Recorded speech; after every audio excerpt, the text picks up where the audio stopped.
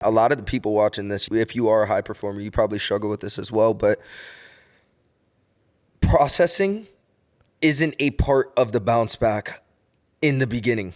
And it usually has to happen later on, which develops unhealed trauma and wounds and all that stuff. Yes. Or frameworks, even that like your frameworks get jacked up because of it, and that affects performance on a subconscious level. So I speak personally, bro. I've been trying to, if I take an L, I try to actually process what the lesson was, and then process like what was triggering that. And I hate doing it. It's the most annoying thing in the world, but it's necessary.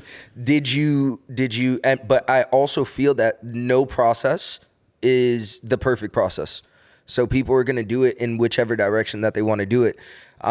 Were you somebody that just like, yo, I'm going to take the L and I'm right back into domination mode? Or were you like, you know what, I'm going to take 24 hours or I'm going to take 30 days to just like, yo, decompress? This was 12 months of my life. I was following the campaign, bro. I was everywhere, bro. Every moment of your day, bro.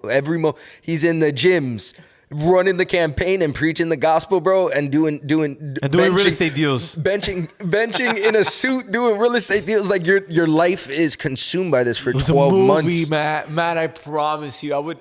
At night when I would lay my body to rest, that I would pray, and I'm laying there at 1 a.m, I'm thinking to myself, yo, my life is literally right now like a movie, bro. For sure. Yeah.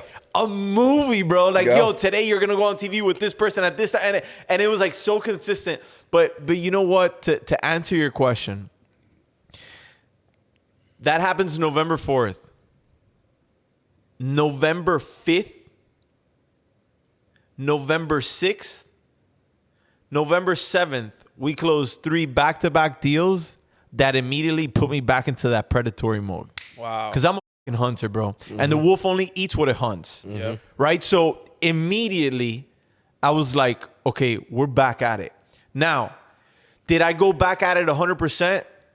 It's Thanksgiving time. Mm-hmm. You know, I'm spending time with the family. Perfect time for that, actually. Sometimes in life, you need to be able to slow down in order to speed up. Mm-hmm. Yeah. Right? Because otherwise, just because you can drive the Lamborghini at 125 miles an hour at all the time, it doesn't mean that you should. Mm-hmm. We're actually big on that too, like the decompress. You have to. You have to. It's the same as working out. If you don't take the time to allow your body to recuperate, whether you're doing Muay Thai, whether you're doing MMA, whether you're benching, whatever it is, then you're not operating at that 100%.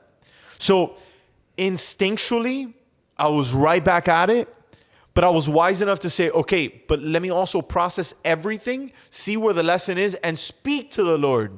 That was the biggest thing for me, bro. I didn't want to take any of the calls. Like, everybody was blowing me up like, yo, I'm good. I promise everything is perfect. But I wanted to speak to the Lord. Because the Lord was the one that put it in my heart. Mm-hmm. So if the Lord puts it in my heart, I want to ask the Lord, what is next for me? How quick did you hear from him, or have you heard from him? It took me a little bit. And it took me a little bit because I wanted to make sure that what I was hearing was not my own voice. And that comes through discernment. Mm-hmm. Yeah. Sometimes, if you're not really strong on the discernment, you'll ask the question and you'll be naive enough to give yourself an answer and say that is of the Lord. Mm-hmm. And you need to be wise enough to see if what is speaking is your emotions or if what is speaking is actually the Holy Spirit. That's right? Powerful, bro. So it's one of those things where I took the time. It took me a little bit. And I'm not going to lie to you. If you want to go deep, I'll go deep. I was a little angry. Because I was like, Lord, like, I turned my entire back to everything. It's not like I had nothing going for me and I was doing this because I needed a salary. Brother, I literally went out my first 1 million view video on IG. We cracked, right? Our first 1 million view. Was looking at everyone and saying, yo, are you going to donate your salary? Yo, are you going to donate your salary? Yo, are you going to donate your salary?